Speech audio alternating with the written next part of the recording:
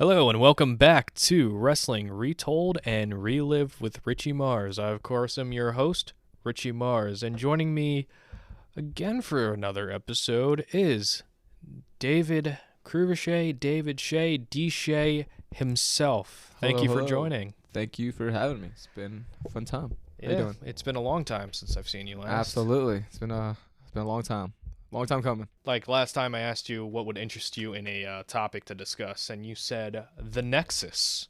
Yes. The faction that almost destroyed the WWE from within. And John Cena. Why the Nexus? Because before you said that, honestly, I completely forgot about the Nexus because so much has happened since the Nexus happened. Why would this faction of quote-unquote rookies impact you so much? This was a group that we really haven't seen in a while. You couldn't even say that we really never seen it, period. Like you said, a group of rookies, quote-unquote, coming together who were, mind you, they were all against each other for as many weeks and months as it was on NXT to come on Raw.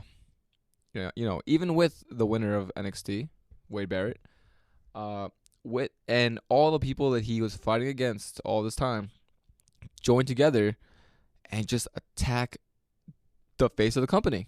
And not even the face of the company. Attack him, attack the King, Roberts. They took apart the ring. They destroyed the announcing table, the ring guy, the cameraman took it too, everybody. We're going to get into all of that. It was insane.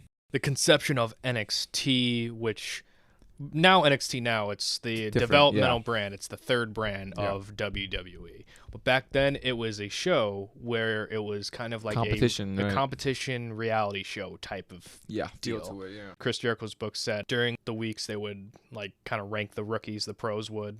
Yeah. Because the concept of the show was a person on the main roster already. Almost like a Survivor type of feel to or like it. An Ultimate Fighter kind of deal where a pro would get a rookie from FCW at the time and would quote unquote teach them. Yeah. And then they would make their rankings and they couldn't vote for their own rookie. Mm-hmm. But Chris Jericho found out that wasn't happening and they were just making the rankings and their rankings didn't mean anything to begin with. So they would just play like tic-tac-toe or something on those boards. So whatever we saw them writing down on the stage, they would just be playing tic-tac-toe. That's kind of funny. I can totally see that. So we'd watch Raw on Monday, ECW on Tuesday, SmackDown on Friday, sometimes Impact on Thursday. Right. So our weeks were booked. Yeah, booked. But a couple of weeks before the Elimination Chamber pay-per-view, I remember wondering if this was the time they would do another ECW Elimination Chamber because that worked out so well the first time when they did it. So December to December. They were like, oh, Vince McMahon's going to make a major announcement concerning ECW. And Vince said, we're going to have a revolutionary new show. It's going to be NXT. It's going to be great. And we were like, what does that even mean? And then the last week of ECW, they would show the pair up of a pro teamed up with a rookie. Yeah, that was the concept. And the concept was these pros would teach these quote-unquote rookies the ropes with the notable pairings, Wade Barrett and Chris Jericho, who was the world champion at the time, so you knew they had big plans for Wade Barrett. Yeah. David Otunga and R-Truth. We watched David Otunga as Punk from I Love New York Season 2. Oh, yeah. Yep. Familiar face. Great show. Great show. Justin Gabriel and Matt Hardy. He was a fan favorite. Probably the pairing that I thought made the most sense on paper. Yeah, on paper, I think that's a good way to put it, yeah. Heath Slater and Christian. A little odd. Darren Young and CM Punk. Very odd. Skip Sheffield and William Regal. Continuing on that odd train. Daniel Bryan and The Miz. Not as odd as you think. Now that some time has passed, but it didn't make much sense. And Michael Tarver and Carlito. I guess. I remember when the pairings were made, and we would text back and forth Bryan Danielson at the time, and the name he carried. And the legacy, the reputation. We never really saw Daniel Bryan or Bryan Danielson. Not too much. Yeah. I had an ROH DVD, and I would just kind of watch him. I'm like, oh, wow, he's great. he's just kicking the ever-loving crap out of these guys. And we were just like, Daniel Bryan, that That's a stupid name. I said there's no way there's no way they took his name in reverse. They really. Yeah, we were just so confused. I'm just like, wow. I couldn't believe that. But really in branding, it's not the worst thing to do if you have an established brand and you have something kind of correlating to your name. So. And it's an easy name to chant, like Daniel Bryan.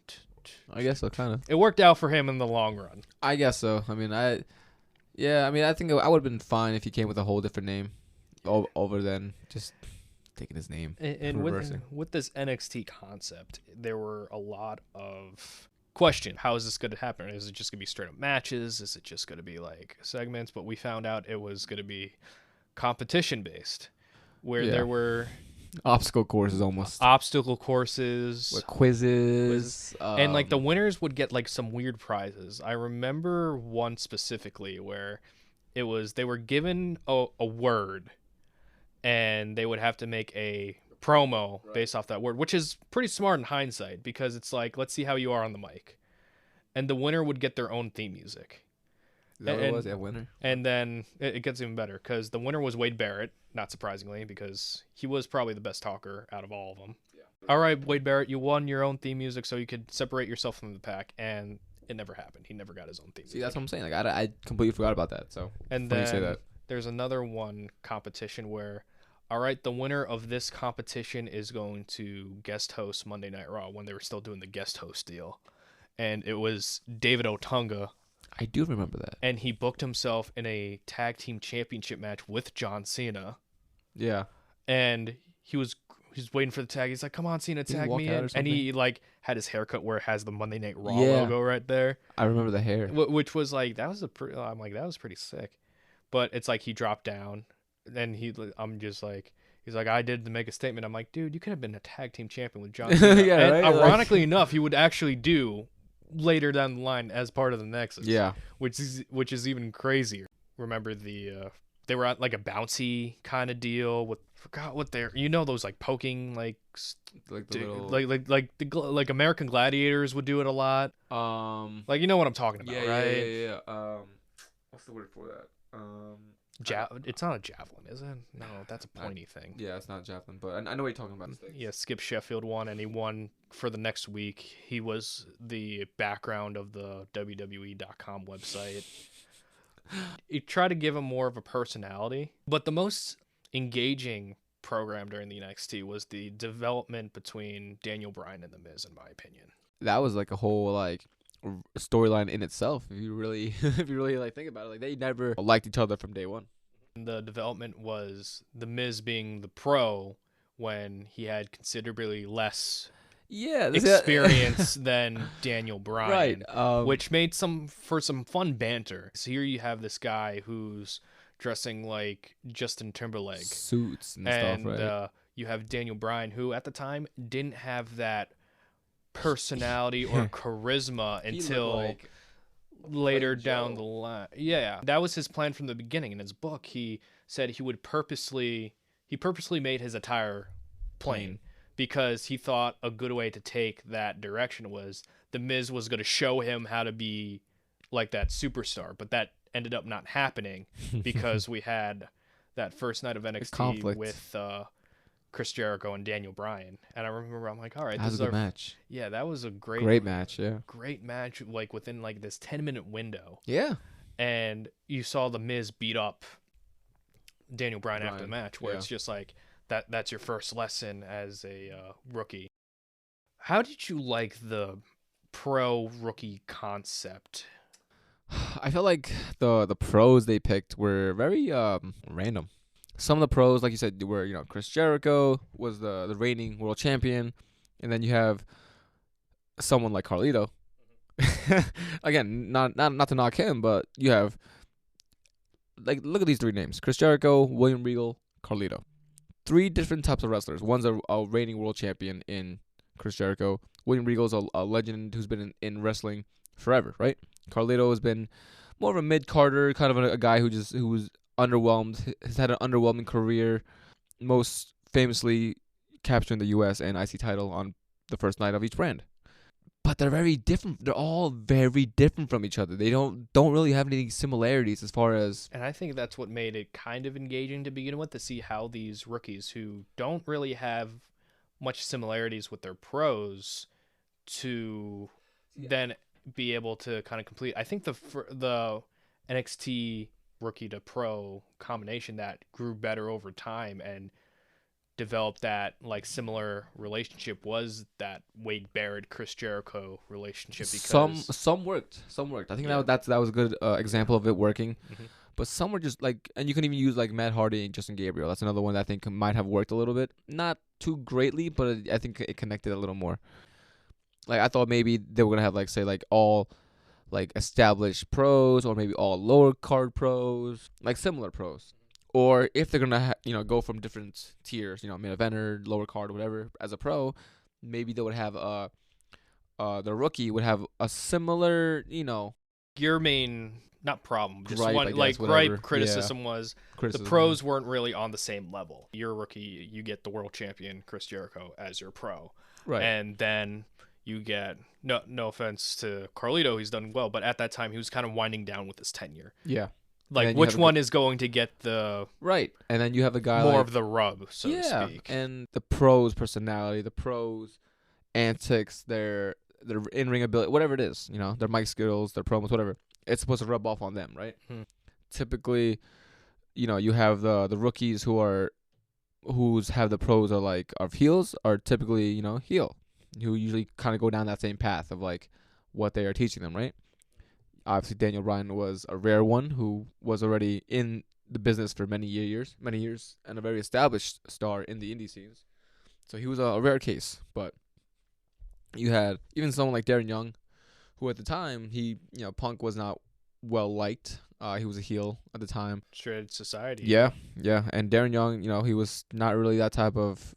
He was the South Beach party boy. Yeah, he didn't really give in to the, that type of malice and that type of like negativity type of stuff that Punk was putting out. They were trying. It just didn't make sense to me is what I'm getting at a little bit. Like, it was kind of random here and there. It was an interesting season. Yeah, they would put up like the win-loss records of everybody. Yeah, and the voting and all that. And the story is Daniel Bryan's number one.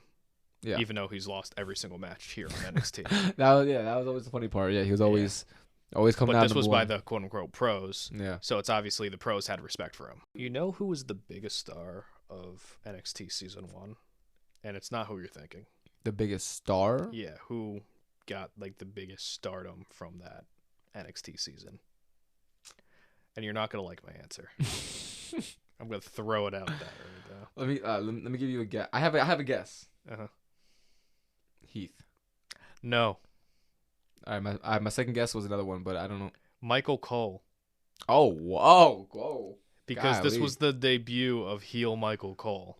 Was that, yeah? It was the debut because he was the one that was always on Daniel Bryan's case. Yeah. And he would praise The Miz. All the time. And they were seeing... and he was praising The Miz already on Raw, no? I think prior. It happened around the same time because Miz... At this time, he wasn't Mr. Money in the Bank. Not yet. He was still United States champion, and they gave him 2 more belts of the tag titles. And Miz would just be like covered in gold. Just ego through the roof. Yep. And they had a segment when Daniel Bryan got axed. From Cole, I think, right? Axed from NXT with Daniel Bryan and Michael Cole. And Michael Cole slapped Daniel Bryan behind security guards. And Daniel Bryan came and attacked Michael Cole, and the security guards kind of dragged him away, and Cole said he's a maniac. Yep. He's a maniac. I'm just like, of course. Ooh, heel Michael Cole really got under my skin during this time. I despised him. I despised hearing him. I despised listening to him. I despised I had to listen to him. That's the thing. Like, he was the commentator, so just seeing the roster of the NXT rookies, which one off the bat, either now or while you were watching, who was the one that you were invested in the most? Because I knew you were a Christian fan. I wasn't sure if that made you more of a Heath fan than anything. I was a big Christian fan. Even to this day, I'm still a big Christian fan. I definitely looked at Heath in the beginning as like, okay, let me see. I gave him more of an open chance, I guess, because of that. But my answer for that would have to be Otunga. Was definitely the guy. You just looked at him that he wasn't bad at the mic. He just didn't he didn't convince me of anything. The charisma was there. Just not the passion almost. Good looking dude, jacked to the gills. He has the look. He carried himself really well, and I think who embodied the whole combination of promo work, ring work, carries himself like a star altogether was Wade Barrett. Wade for me in the beginning was, I don't know what it was. Maybe it was like the tone of his voice. I don't want to say it was the accent because we've had many wrestlers throughout the years with different accents, fake or not fake. So it wasn't even that. It's just, I think it was like the tone / the speed of how he was talking. Like, he wasn't a very established star, obviously. He's a rookie. But he didn't have any type of gimmick, really. He was just a giant with an accent. He had that suit jacket with the rose on it, but right. He wouldn't put the sleeves in. It would just be like across his shoulders. It was just a complete random like attire. Wade Barrett wins NXT Season 1. Mm-hmm. And the winner of NXT Season 1 gets a pay-per-view championship match of their choosing for any championship. So if he wanted to go for the 24/7 title, he could choose that one. You know? Why not? But this is a viewer's choice Raw where Cena and CM Punk wrestling. And all of a sudden, you see Wade Barrett with a N armband. And then you see a camera cut to Michael Tarver with his face mask. And armband. And then who do you see? Was it Skip after, I think it is? You see Skip. You see Heath coming. Like, they came from all directions. It was like a planned mugging. Yeah. Where everybody's coming from all sides. And then utter bedlam and chaos just happens. This is around the ring. And not even inside yet. This is before they went out. They're not telling anybody the day of what's going on. They're just in their gear, and if anybody asks why you're in your gear, we're just taking promotional photos. They call all the rookies and Cena and Roberts and all the producers there.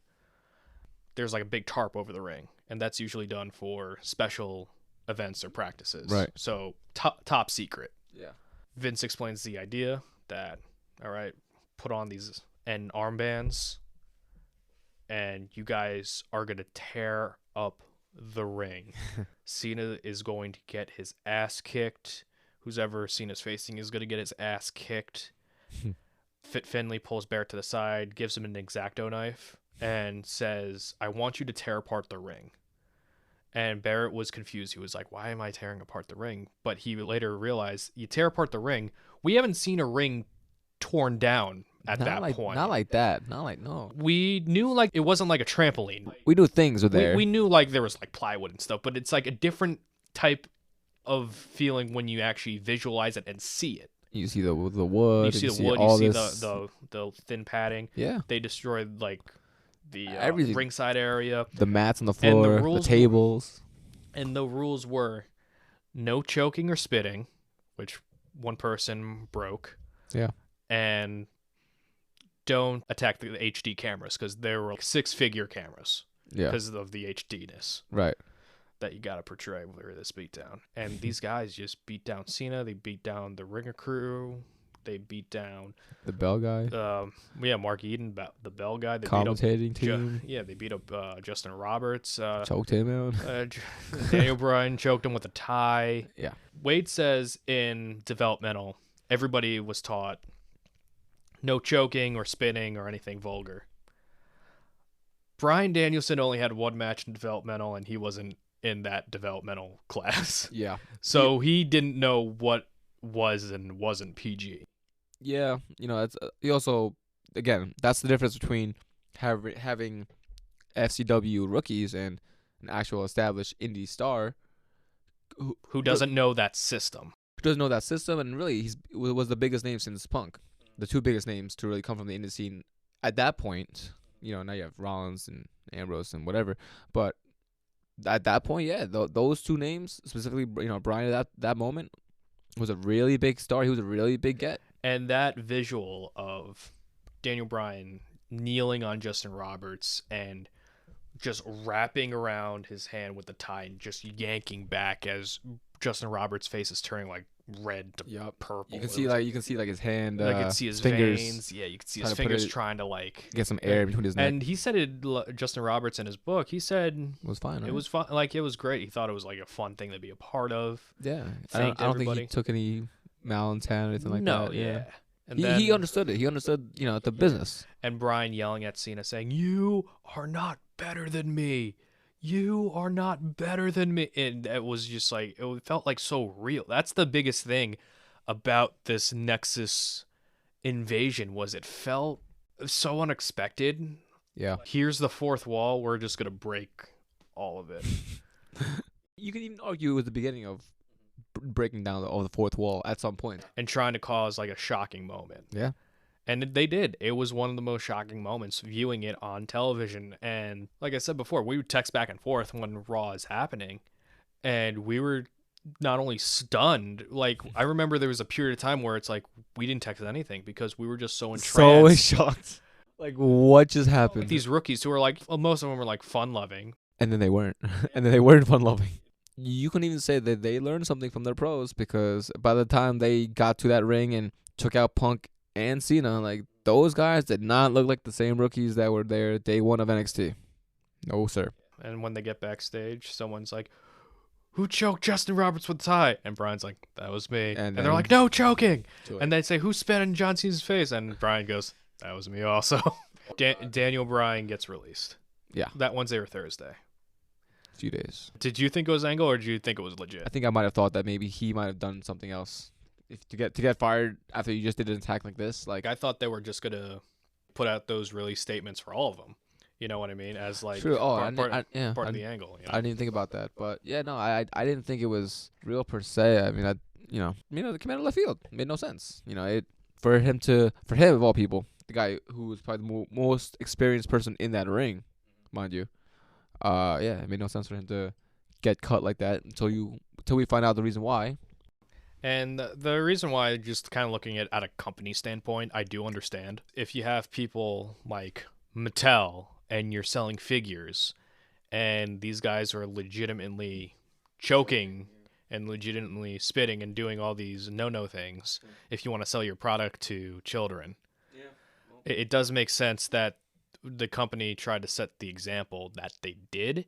And also, it was still in the WWE. How far is too far for PG? They were recently shifting towards that PG product and still trying to say what's PG, what's not PG, and trying to figure out and navigate what the future of wrestling was. I mean, in hindsight, I think what it was more of a wink and nod that WWE and Bryan had. I think Bryan completely understood from what I've read or saw interviews of him in the past. I think from what I know, he understood where they were coming from. He was, and he's definitely a Daniel Bryan and a very down to earth type of guy, very understanding guy. That kind of goes down to his, the whole little plan title that he won, years later. You know what he said to Vince after Vince said, but Daniel, I don't want to do this, but I'd have to fire you. I would have done it too. No, he said, he's like, "That's all right, Vince. I'm gonna make more money on the indies than I did with you guys." Yeah, and then Johnny Ace called him and said, "Did you really tell Vince that you actually would make more in the indies?" And Bryan's like, "Yeah." He knows his star power. Like, he knows. See, that's how great of a wrestler you are when you can say something like that and shrug. And because he didn't need WWE, and you can say the same thing. They did not need Daniel Bryan. But who really needed each other more, especially at that time? Like, he was the hottest free agent.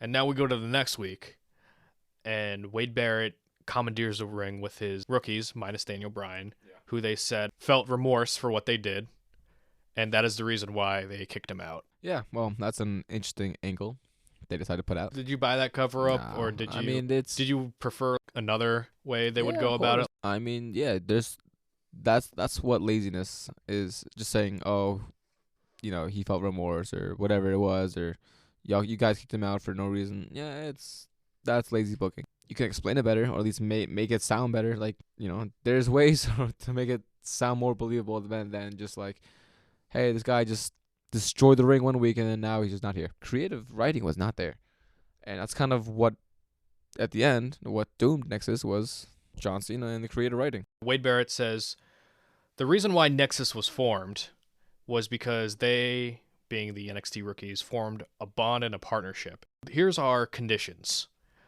We want first class flight. I want everybody else in the NXT rookies that's not Wade Barrett to get contracts.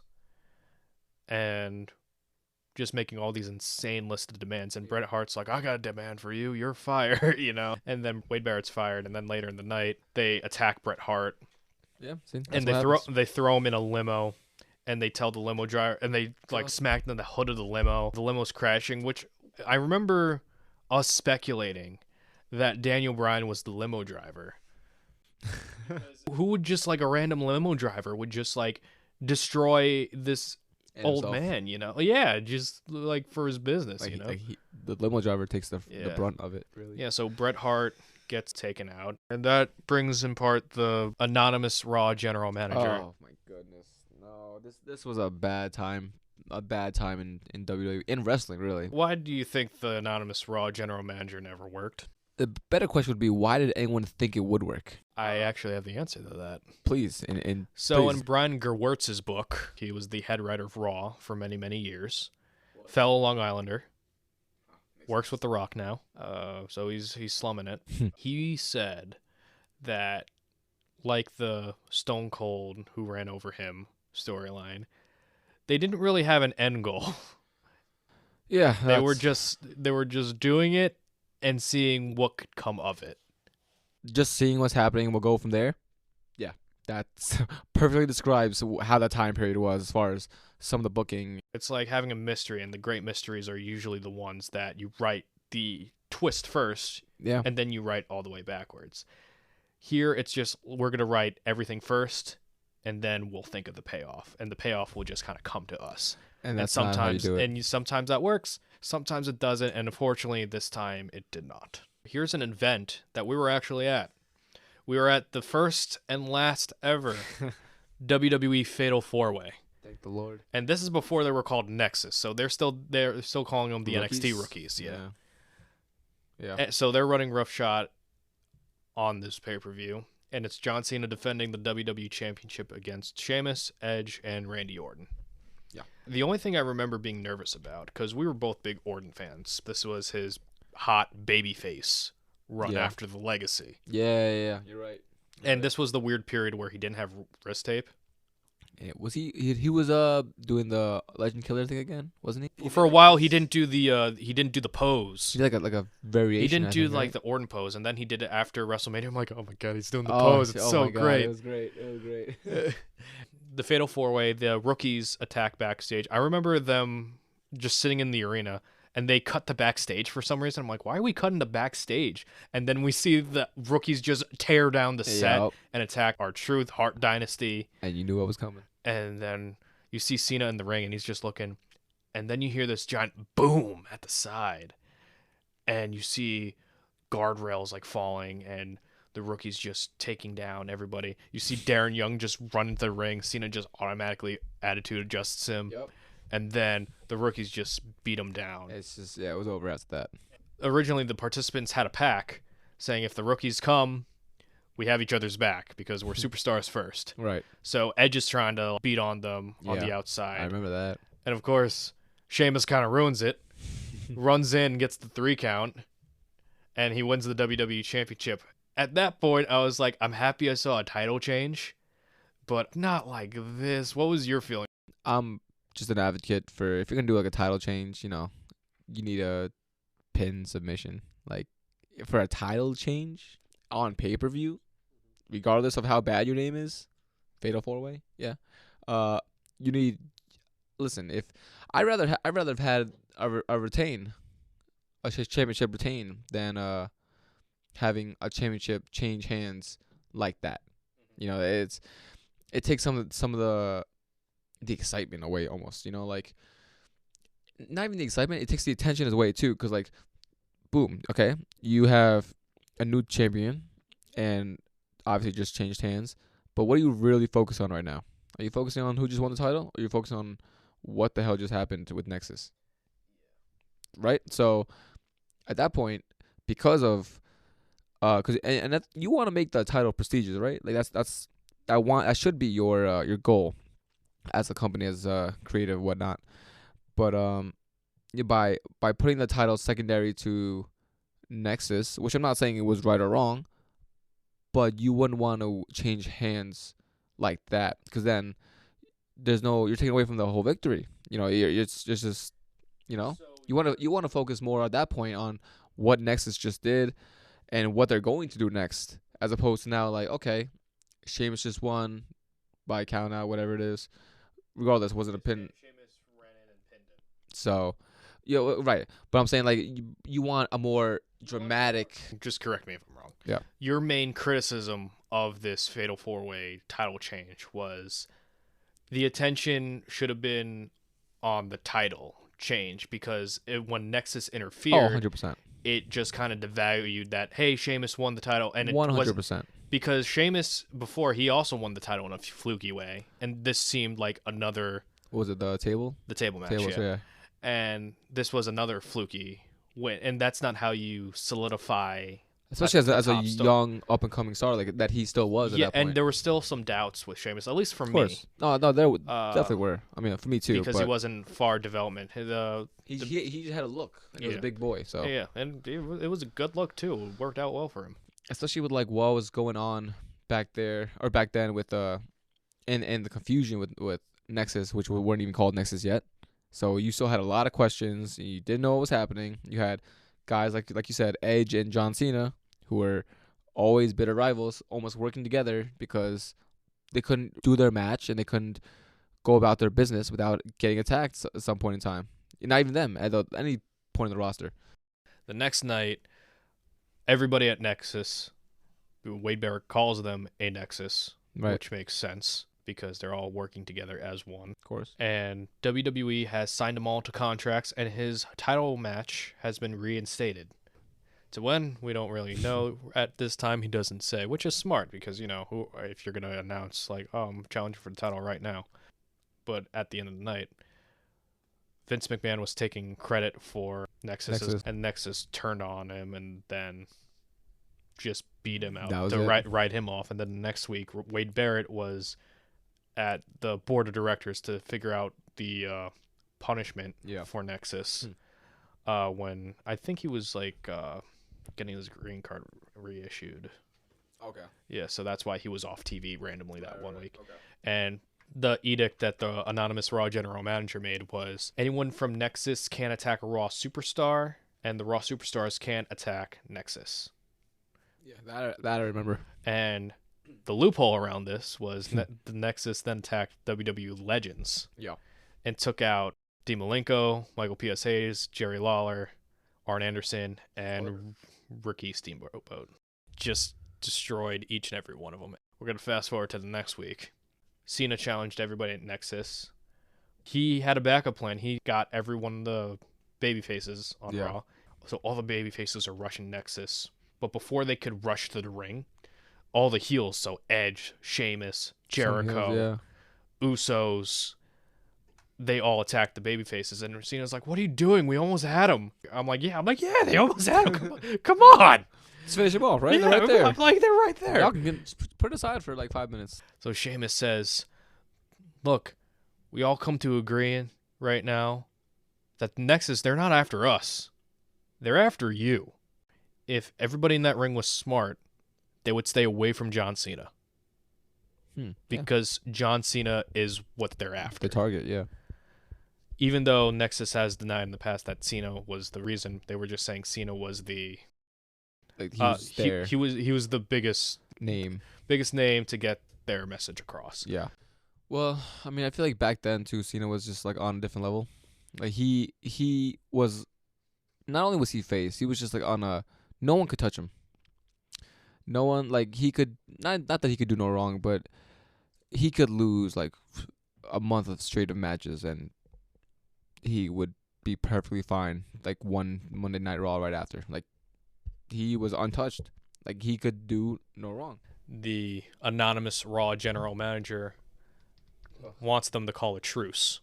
What happened was Cena tries to go for the AA and Barrett. Nexus attacks. The Raw superstars come and save Cena.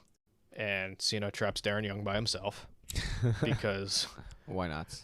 I don't know why they kept bullying Darren Young, just specifically him. And I like Darren Young. I think he's a solid worker. He was good with Titus. Yeah. With the prime time.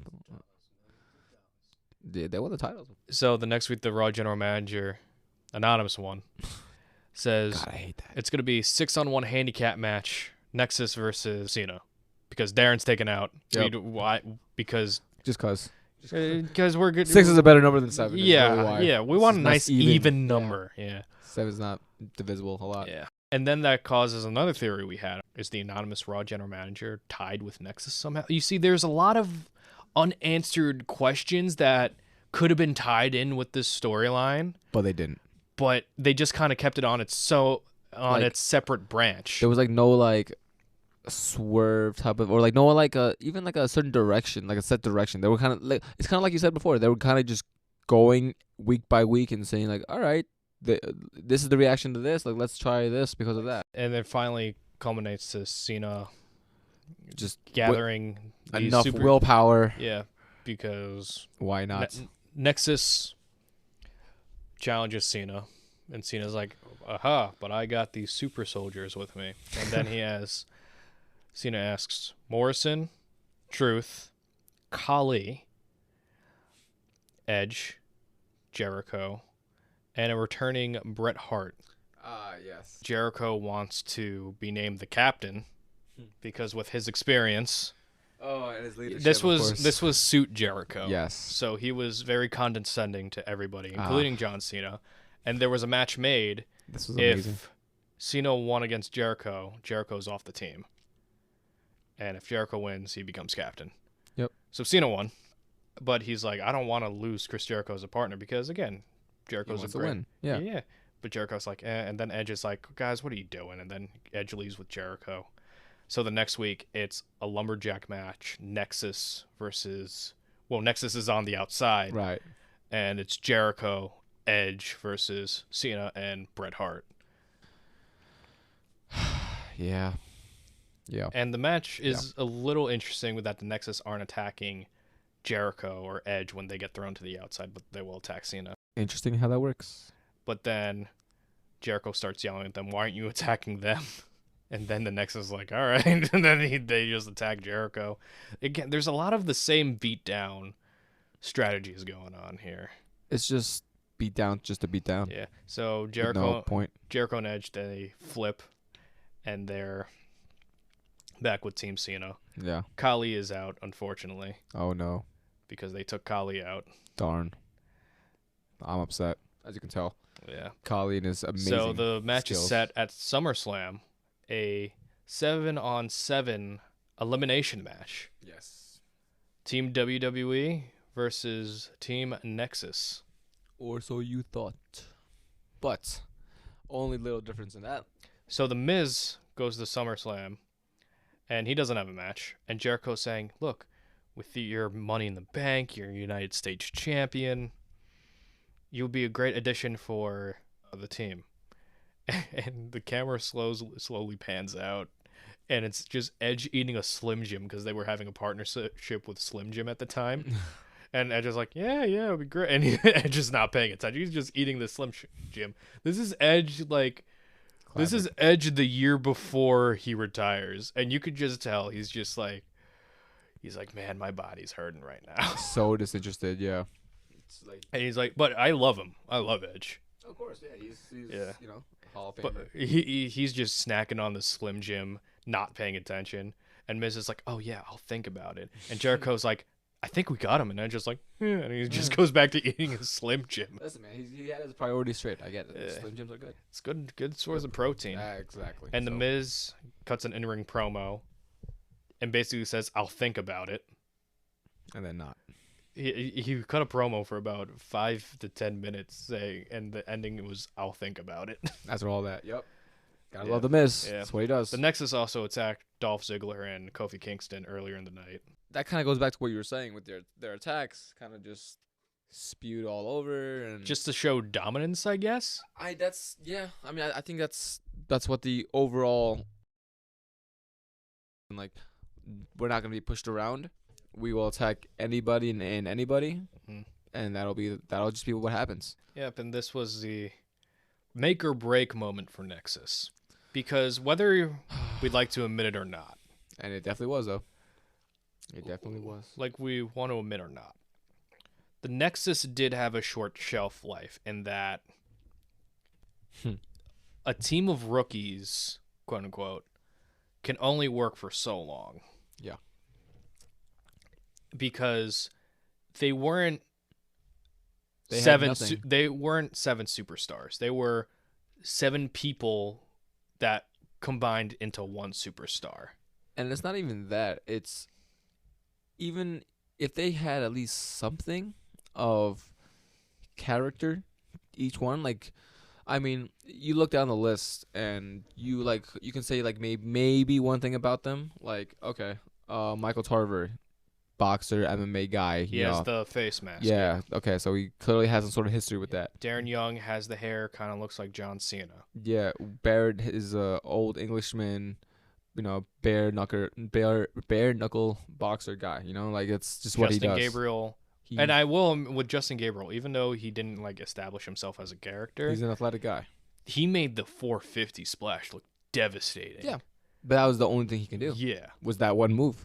And the occasional super. But he did it well. Like 100%. You saw, like he looked like kind of like a psycho when he's on the top rope and staring down, at his fallen prey, and then hitting the 450 splash. It looked menacing. You had another guy like Heath Slater, who really you can't say much about what he did there or what he was. He was just maybe like a country guy or something, like a guy who just enjoyed life. Man, baby. I don't know what that was. Okay, yeah. Skip Sheffield, okay, so you look at the guy, you're like, okay, he likes to lift weights, but what were you? Like, what really were you? I don't know. You were barely on the mic.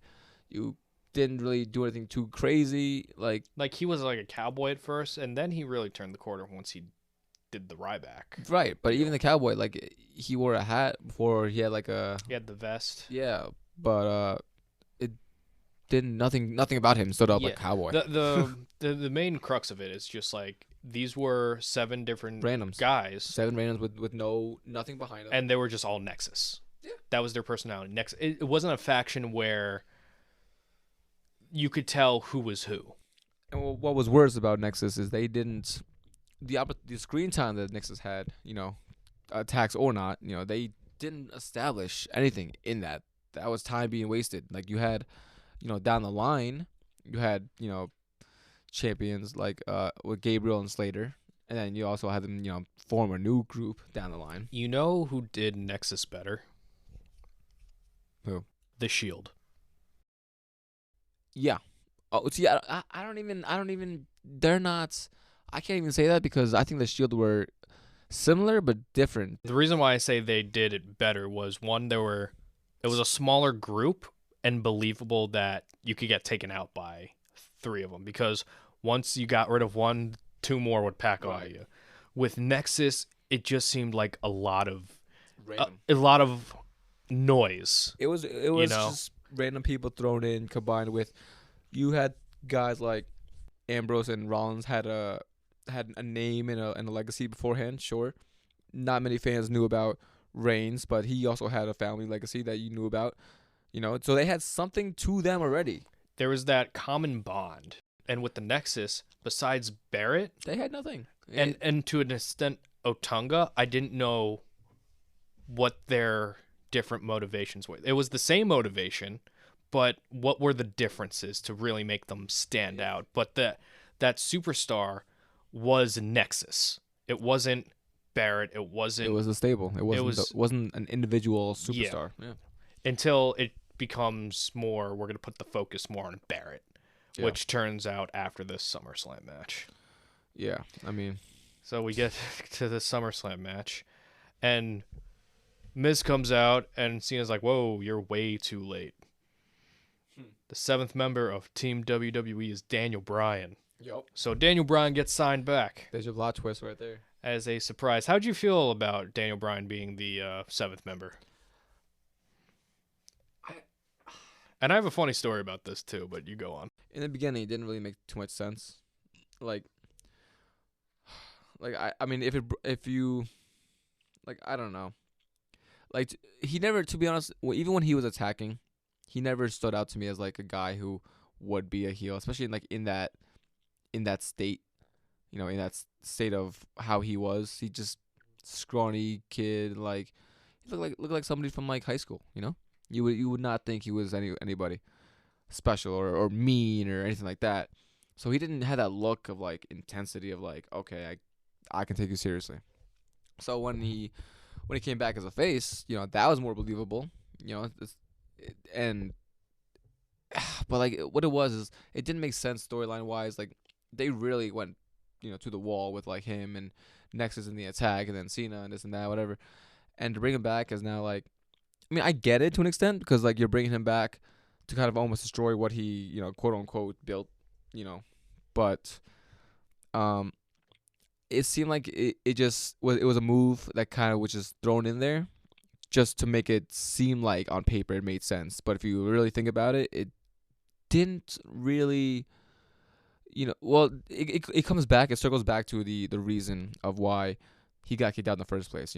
Oh, he felt remorse or he didn't like it, so we kicked him out. Like, if that reason was better, maybe it would make more sense. Or maybe you attack him, or you say you attack him, whatever it was, to make his comeback make more sense. But because that initial reason was so weak, it just made when they made the announcement that Daniel Bryan felt remorse, so we kicked him out. I'm paraphrasing. Yeah. But you had Michael Tarver, and it's hard to catch the first time, but Michael Tarver holds up like a Nexus armband. And I wish they would imply more that they just all beat him up. Like they pretty much left him for dead, for lack of a better term. So it would be like, oh wow, they're so like they would turn on their own if they feel like, you know what I thought would maybe been, if you feel like a hint of remorse. Yeah, like it doesn't make sense when they go later on with who's the weak link kind of thing when they kick Darren Young. You see what I'm saying? It doesn't. That's what I'm saying. It's a very weak excuse. Yeah. If you wanted to make it sound like you really like got to him, Mm-hmm. you know what I would have done? I would have maybe taken like a armband, or maybe make like his trunks. You gotta think of his trunks and maybe put like an N around it to make it symbolize like, hey, like we have his gear, have his boots and his trunks maybe, with it, with a big N around it to make it feel like boom, like he's done, like he's gone. Yeah, or like do the deal where it's like they have the trash can and you throw the N and you set it on fire. Whatever or something. it is, something just more, make it like that more finality. Yeah, like this is like when you write off like a character on a TV show, especially something in this circumstance where and it's just, it's an off-screen kind of write-off. Yeah, you feel deflated because there could have been so much more. And with Daniel Bryan, there was potential for a stronger write-off and a stronger bring back. Yeah, and you can tell it was just more so the company kind of just trying to just get it over with. They weren't trying to put too much attention onto it. So I get it, but like, you at some point you had to at least, because this is what they were doing back in the day. They were so good when you had write-offs off screen or this and that. Like, not for nothing, like they would at least make it sound better or explain it in a way of like it'll convince you or whatever it is. And they do this with Skip Sheffield, because after SummerSlam, Sheffield gets written out because he gets injured. Right. And it's mentioned once on commentary, but at the same time, you're like, is he gonna come back? Is he? You don't know. You don't know. You just don't know. So this SummerSlam match happens. Yeah. And just going back to the SummerSlam match, what was your opinion on it? Do you remember good things about it? Do you think things could have gone a different way? I mean, who do you think should have won? Oh, I mean, not John Cena. So, to be honest, like, you can argue like maybe he could have been the last guy to be eliminated. Sure, or maybe him or Bryan. You can argue one of those guys should have been the last guy to be eliminated, and maybe even have like not every single person on your team eliminated. To make it seem like you're that much stronger. But they really dropped the ball. This was the go home, the big, let's see where you're at and let's see what we have here type of moment. And they really dropped it with it by having John Cena overcome the odds. I watched this match recently. to prepare for this. And what had me scratching my head the most was Team WWE getting the lead. When these are 7 guys who have never teamed up before together. Right. Or since. Mm-hmm. And they're already getting the lead on an established, hey, we're so cohesive, we are a Nexus. Yeah. And these are superstars, mind you, versus rookies, you know, so they say. Yeah. And these are superstars who don't get along either. Right. Heels, you jerk, you know, you had Edge on there too, so. Mm-hmm. The final 2 is John Cena and Daniel Bryan versus Heath Slater, Justin Gabriel, and Wade Barrett. Bryan makes Slater tap, and then as the ref is kind of pushing Slater out of the ring, The Miz attacks Bryan with the briefcase, hits him with the skull-crushing finale, and Barrett pins. There he goes. Bryan. And the thing that annoyed me the most about it, because this was, again, heel Michael Cole, and he's like, oh, this was a mistake by Team WWE picking a rookie loser like Daniel Bryan over a superstar such as The Miz, and he's trying to defend The Miz attacking Team WWE. Well, yeah, I mean, for me, I think at that point it's just Cole doing his job, getting under my skin too much. Because so this is the finish of the match, and I'll let you react to the absurdity. So the finish of the match is Justin Gabriel and Wade Barrett tear off the mats, DDT Cena on concrete. Of course he does. They throw him in.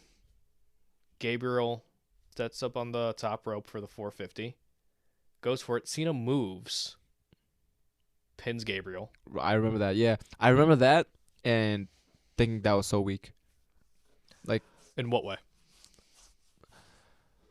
Because he just hit the 450 on, or hit as in missed, and he just rolled him up. Like, they made him look so weak after getting DDT'd on concrete. You see, you know what I mean? Like, how? Because you know what happens when you land your head on concrete? It hurts. Not only it hurts, you either get split open or you have a legit concussion. Yeah, exactly. But at that time, they weren't running concussion stuff. But again, make it more believe. Like, you're gonna tell me that a guy who just hit his head on the concrete floor, who got rolled in the ring, whatever, he's okay, moved over, and then just the dude who just flipped, he's out. But the dude who just, come on. Then Barrett comes in, and shortly after, very shortly, Cena locks him in the STF. Barrett taps. Cena wins, and he's up like nothing happened. Like he's celebrating like he didn't get hit with a DDT on solid concrete. And just like that. Let me establish this. If you ever watched Jersey Shore, Season 4, Mike the Situation hit his head in anger. He headbutted a wall made of concrete. He was in a neck brace, and he had a concussion. And that was him doing it to himself. Yeah. Imagine another human being with no regard for your life. And we all know this is entertainment. Wrestling is entertainment. But if someone who hated you that much hit you with a DDT, putting you straight on top of your head onto concrete, and you just get up from that. And then, mind you, then manage to submit somebody else, like, maybe a minute or two later. Like, that's... It's just... It's almost me as the viewer being a little bit insulted. I was just about to say that, insulting my intelligence. Like, come on. Like, don't... Like, Cena had a run, a historic run, you know. In my opinion, it was too much. But, you know, after, when he initially won the WWE title, right, and those years after, so, like, even when Edge won in New Year's Revolution, oh, my God. When I could speak for every wrestling fan that just was so thankful. Because at our time, it's interesting when Cena rose to the top. Yeah. Because there wasn't when I watched wrestling, there wasn't a Stone Cold, there wasn't a Rock, there wasn't the guy. There was no main face of the WWE. And this was John Cena being the face of the WWE again and again. It's like we were craving for something different. And he was just not losing. Which is why we were attached to Randy Orton, why we were attached to this Nexus storyline for however long it was. Forever long it was, because we wanted something fresh, new, different. But with how they set the Nexus up, it wasn't going to last long term. If you watched how their first month of action compared to the last month, or even less, 3 weeks each, it's night and day. Yeah, I have a story about different perceptions, because somebody actually asked Cena this at a convention. Somebody asked Barrett this when he was doing an Inside the Ropes interview, and there was even Brian who said the Nexus even should have won in his book. Of course, yeah. So, I remember hearing, I think Cena said something about that. John Cena, this is his story. I'll give his side. He said his job when he goes to WWE is to show up to work, in that he just gets told the creative, and then he tries to make it work. And unfortunately, how he tried to make it work wasn't successful. Jericho's side, as a guy in there, it's Jericho and Edge. They heard the plan of Cena doing the concrete DDT deal, then rolling up Gabriel and then making Barrett tap. And they were trying to convince Cena this is not the right way to go. And Cena said, no, this is the right way to go. Until after the match, Cena said to Jericho, you're right, I was wrong. Which was pretty good. Barrett, so they get to the building that day, and they're under the impression that they're going to win, because this is their big time match. That's the go home match, basically. This is the make or break match for them as a group, and who knows, maybe even them individually, you know, like, who knows if they win that match, where their careers go on. You know, could have gone, yeah. Really was a big match. And Barrett, they were under the impression they would win. Yep. So they're in the room where they're telling, okay, this person eliminates this person eliminates that person. Yep.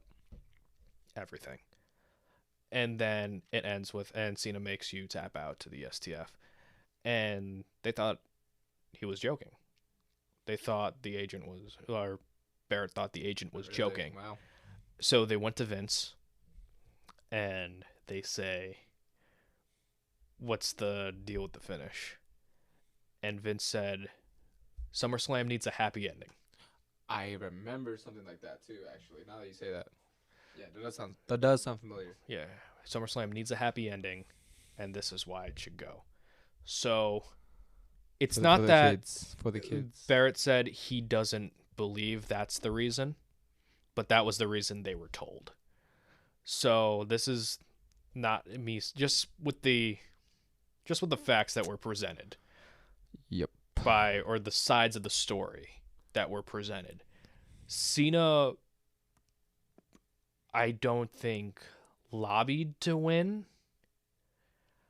but he did make that call on the concrete deal, and then the finish afterwards. I see. I don't. You know what's funny is the thing about John Cena is you don't really hear too many bad stories about him.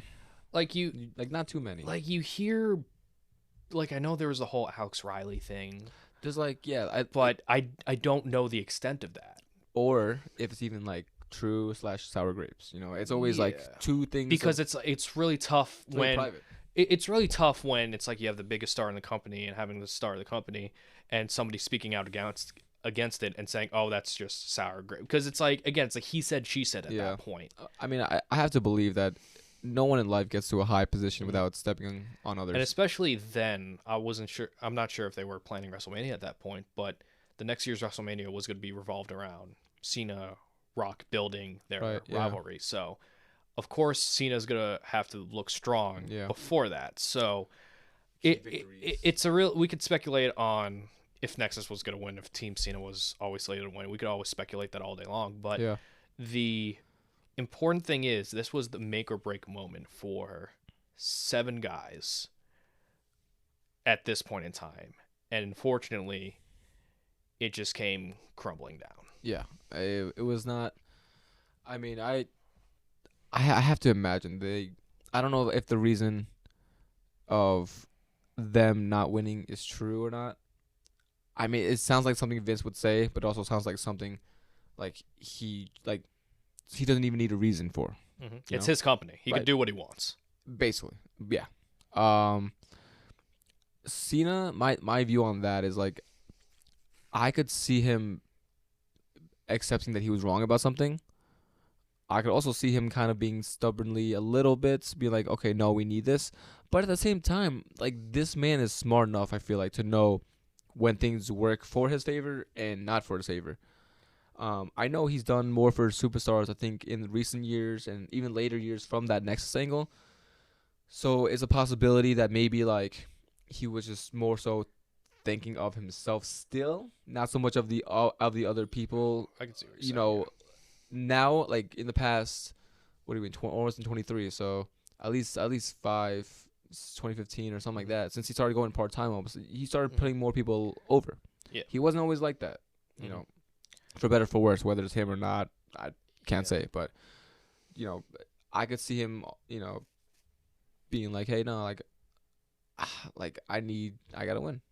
You know, like, and who knows, again, with what you said with WrestleMania, maybe Vince wanted to build him to win all these crazy, you know, star matchups just for The Rock. I don't know. Yeah. No, John Cena's career is always, it's written in stone at this point. It is one of the greatest careers of all time. Whether you are for, like, what he did for wrestling or you're not for it, you can't doubt that he's done a lot for WWE. In and out of the ring, yeah. And before we wrap it up, post-Nexus, do you think everybody landed in the spot that they should have? And what I mean by that is everybody in Nexus, mostly everybody in Nexus, landed on their feet to a certain extent. Okay. Because you have Barrett, who became a 5-time Intercontinental Champion. You have Daniel Bryan Danielson, nothing said. Main event in WrestleMania multiple times, multiple-time World Champion, multiple-time... everything. Yeah. Yeah, tag champion, everything. Yeah. Ryback, former Intercontinental Champion, and had a really hot run. Where he had the whole crowd eating at his fingertips, really. Feed me more. That was caught that caught summer, on. Was it summer, right? It was 2012. So it would be... Oh, like winter. No, I'm saying like that. Oh, like when he was when his rise? Yeah. That was the fall. The fall, okay. Yeah, because that's when they did the Punk deal. Okay, yeah. Let's see. You had Michael Tarver. He didn't last too much longer once Next. I remember they were teasing him for something with a couple backstage segments. He was doing the deal where they would watch the monitor weirdly. Yeah. Like, he was at a backstage of the SmackDown, and he was just watching the monitor during a match. Yeah. And I was just like, oh, that's interesting. Then they let him go, unfortunately. Yeah, I think like a few days like after or something like that. Yeah. Very shortly. You have Darren Young, who really, it took a while for him to kind of find himself, but when he did, he was very solid. He became part of the Primetime Players with Titus O'Neil, which I thought was a very entertaining tag team. And now he's in New Japan. Yeah. Kind of doing his thing. Doing well, yeah. You got someone like Justin Gabriel. Mm-hmm. You know, multiple-time tag champion. But but that's about it, really. You know, with him, unfortunately, just. I thought his attire was the coolest thing. With like the things. Like he had like the wings on his feet. I think he had some wings here too. Yeah, like on his like arms or whatever. Forearm. Yeah. I remember that one Total Divas episode where he was dating JoJo. Oh, I had no idea. For like an episode, and now JoJo's married to Bray Wyatt. Oh wow. Oh yeah. Another NXT alum. Husky Harris. Oh yeah. But for him, he was like not my biggest disappointment, but I wish more things for his career. Who, Gabriel or Gabriel? Okay. He just never shown that like anything. There was like he was stuck in one gear. Like they knew he was South African. He had a little bit of an accent, and he's athletic. But they never really gave him a lot of mic time. They never really gave him. And it was still in that kind of weird transitional period where it was like. And you know what? I think it hurt him too. It was having two first names in a wrestling business is not the best. Justin Gabriel. Daniel Bryan, though. Listen here. You know how I feel about that. So yeah. But you're saying it doesn't like roll off the. It doesn't like. Doesn't like. It's weird. It's weird yeah. having two first names. Two first names. Yeah. Like just be called. Like I would take him seriously if he called him just Gabriel. Originally, his name was just an angel. I would have taken that. That sounds a lot better than. Yeah. That makes more sense. Justin Angel, he does a 450 splash. Mm-hmm. That makes more sense than Justin Gabriel. Yeah. And who's from South Africa. Mm-hmm. Yeah. So to answer your question though, yeah, Barrett, Otunga, Gabriel, Slater. Otunga, he became a multiple-time tag champion with he was with Cena and McGillicuddy. McGillicuddy, yes. I knew it was someone. And then he became a commentator on SmackDown. He was the NXT at some point, right? He captained John Laurinaitis' team at WrestleMania 28. Put him in the power, but he had a solid run as the lawyer. Awesome theme song too. I remember that. Yeah. All about me. All about the power. I remember that. That was originally Justin intro. Gabriel's theme too. It was the tag team theme. I think is what it was. Yeah, and then it was just Heath Slater, multiple-time tag champion, inaugural SmackDown tag team champion. Yeah.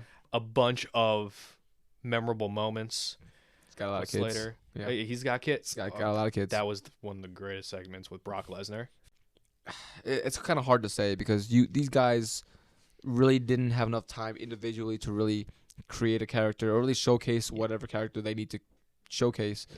Yeah. The John Cena burial at SummerSlam, I mean, that's really what it was. That it didn't help anybody. But once they were out of that Nexus name, that's when most of them found themselves. I disagree still because I feel like really? they still some of them from what they and some showcase little, but from what they did showcase, I feel like some were tag champions with each other or future NXT members. But Bad News Barrett, it was so entertaining. But he still didn't reach its peak. Because that was done before. I do agree because they kept like flip flopping him. Remember, like, all right, Barrett got written off because he got injured or something, and then he came back with the beard, and then he was Wade Barrett, and he had that weird remix of his Just Don't Care Anymore theme. Yeah. And then after that, I think he got injured or something, and then he became Bad News Barrett, which I found was so entertaining. That was great, yeah. And he's like, I'm afraid I've got some bad news. No, it was absolutely amazing. I loved it. And then when it looked like they were turning him babyface, where I'm just like, oh, yeah, because he had a match against Cesaro. Yeah. And I was like, oh, this is it. This is going to be Bad News. And then next week, he took the Intercontinental title off Dolph Ziggler. I'm like, oh. One, because I'm a massive Dolph Ziggler fan. Yeah. Two, I'm like, Bad News Barrett. Still heel. I'm like, he should be. But remember that match with Bad News Barrett and Ray? This was like Ray's last WWE match. Mm-hmm. And this was like Bad News Barrett's like return. Because he was just doing like promo segments at that point. And the crowd was just like, eating out of the palm of his hand, and he hit the bullhammer, and you just hear the crowd go boom, like from like his entrance music.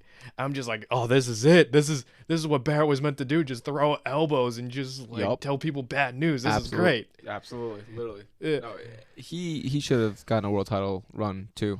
Yeah. To be honest, I was like, yes, Bad News Barrett, but that's interesting that you say that you don't think a lot of them kind of found themselves after the fact. Quick little thing. Tarver, he obviously I don't have to say much about him. He was quickly released. Darren Young, I think he could have done a little more. He was like one of those where, as time went on, he kind of found himself a little bit. He found himself like I remember the "Let's Make Darren Young Great Again." I remember that too with Bob Backlund. I thought that was really interesting, but at the same time, I knew it was gonna fail. His in-ring return. This is how he won a #1 contendership match. Like, I think it was Apollo and Baron Corbin were fighting on the outside, and they both rolled over the top rope. Yeah, and Darren Young's just in the ring. And that was it. And they started playing this new music, and I'm just like, oh yeah, Darren Young. He's so great. He's like my. It was funny. Like the week after, they hosted Miz TV with Darren Young. And he's like, let's take a look at Darren Young's highlights. And it was just like one of those like blank screens. Yeah. And I was just like, oh, don't dog my guy like that. Ouch. I mean, even he didn't, I don't think, reached a certain peak. Brian, obviously, he's, again, he multiple time champion. He went above and beyond, obviously. And with Team Hell No, he developed that extra persona. Yep. Actually, Brian did better than what I thought he would do in WWE. I think he blew everybody's expectations out of the water. He really did. Skip Sheffield, I feel like he could have been better. He was on his way. He found himself with the Ryback character, where people were calling him, Goldberg, right. Rob Van Dam clone. Literally, yeah. He actually had his singlets painted by the same guy. I believe it. Yeah, because the airbrush always looks fire to me. Yeah. And Ryback, during that time, even though he wasn't, quote unquote, ready, he was always, people were into him. Yeah. And I think what turned him off was the workers, the superstars. Well, I think what happened was there's only so many times you could lose. Because it became a point where he lost to Punk, then he lost to Punk again, then he lost to Punk again, then he lost to The Shield, then he lost to The Shield again, and then he lost to Mark Henry at WrestleMania. And he lost every big match that he lost in. They took all his momentum away that was there, and Yeah, it was also a case of poor timing, because had it not been mapped out that John Cena was going to face The Rock again at WrestleMania 29, that was the perfect trigger. Yeah, that's what I heard too. To put Ryback over. Yeah. Yeah, because he had the look for. He had the look. Kind of. I mean, I don't want to say the mic skills, but he had like the enthusiasm for the mic skills. Yeah. When he's cutting a promo. Yeah, and his in-ring work got underrated as time went on. I think so too. I think like a mistake here or there will, then you'll get a reputation for being a lazy worker or whatever. But he's had good matches too here and there. Yeah. But again, he's another guy who I don't think reaches potential here at all. Yeah. No, I agree. Darren Young, we already said.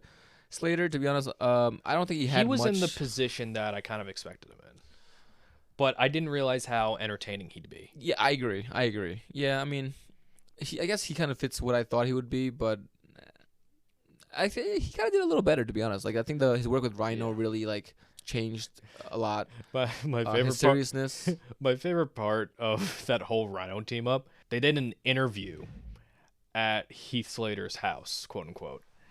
And Rhino's just there eating cheese and crackers. And Rhino beat Heath Slater to get a job on SmackDown. Yeah. And Renee Young's like, Rhino, why'd you decide to team with Heath? And he's just eating these cheese and crackers and he just shrugs his shoulders like, I was just like, that sounds about right. I was just like, oh, this is the weird tag team that I never knew that works. Needed. Yeah. Sometimes tag teams work like that. Remember Bobby Roode and James Storm?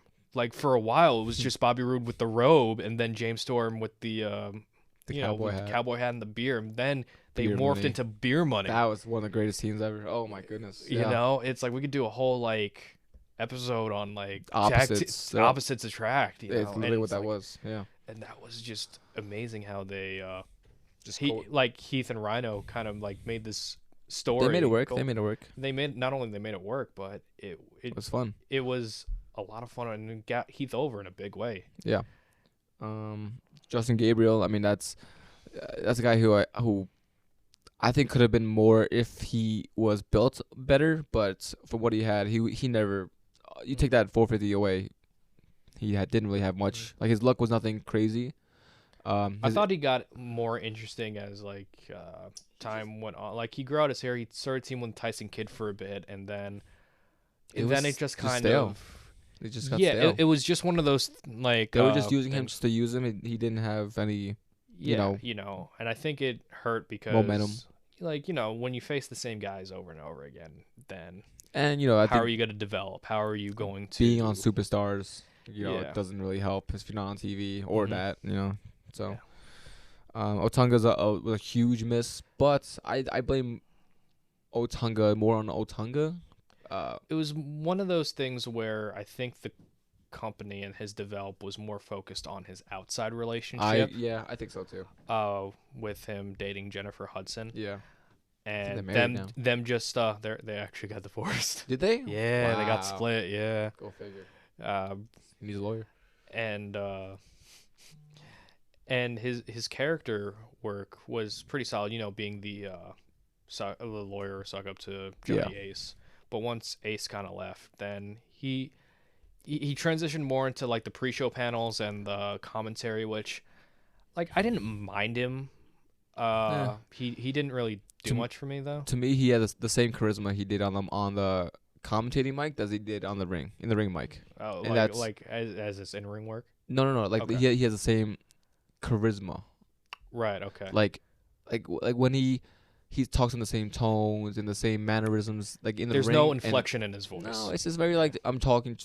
I'm gonna talk this way. I'm gonna make it sound mean, but I'm not gonna give you that passion behind it. And I never felt it. You thought he was reading lines off a piece almost of paper. Yeah. Well, he's done acting before, so I mean, like, it would make sense. Right, why? Yeah, literally. Like it did not seem like he was there for like I would not think that this dude liked wrestling at all. Like he had to look for it and stuff. It looked like he was more into bodybuilding. I remember us being kind of.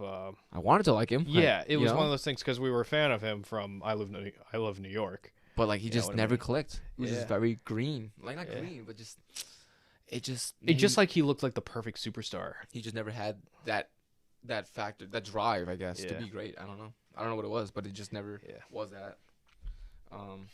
But yeah, overall, I mean, even Wade Barrett, like I said, he should have had a world title run, or. You know, he won the IC title a few times. Did he win the US? No. It was IC title, then he won the King of the Ring, and then he became King Barrett, which I'm just like, he's not going to say bad news anymore. Right, exactly. I thought leaving that was too soon. And then he joined the League of Nations.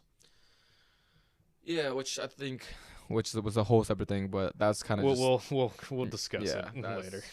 Bunch of randoms thrown in together. But whatever.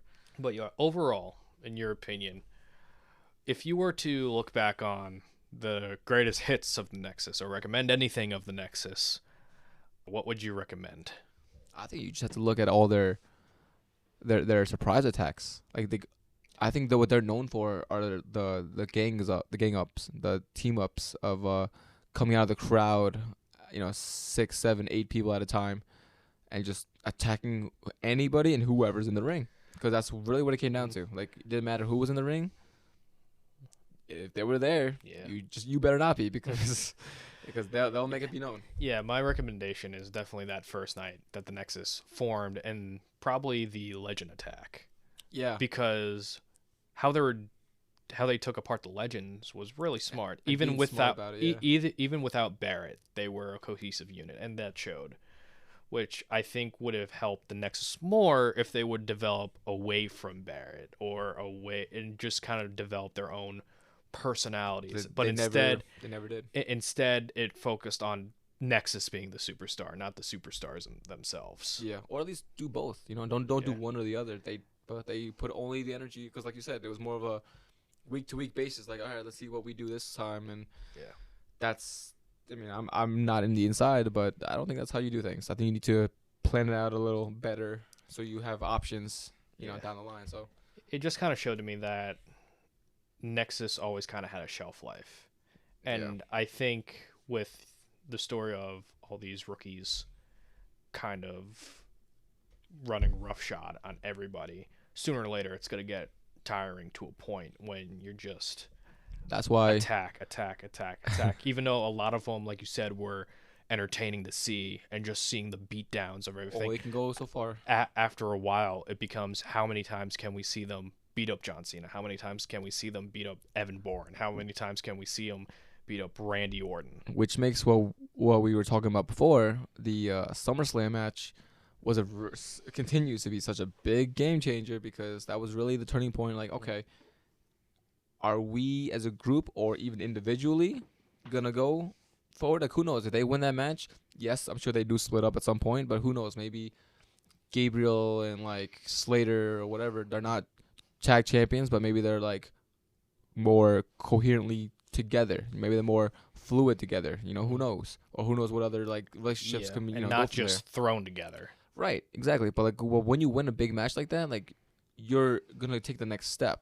You know, whatever that may be, as a group or individually, or maybe even like do like a swerve, like after like the next Monday night, like say you by beating John Cena, you guys are the best team in wrestling, this and that, and then boom, I don't know, attack like Otunga or something like that, or maybe like everyone attacks Barrett, or something like a swerve, or maybe at that point you bring in a leader and then really like make your stamp. Yeah, because they try to do that with Punk, but by that point it was too late. It was different. It was because Punk already led a successful faction in the straight edge society. It wasn't the same Nexus that it was kind of like getting someone's hand-me-downs. Yeah, like it wasn't the Nexus. It was his group, but it wasn't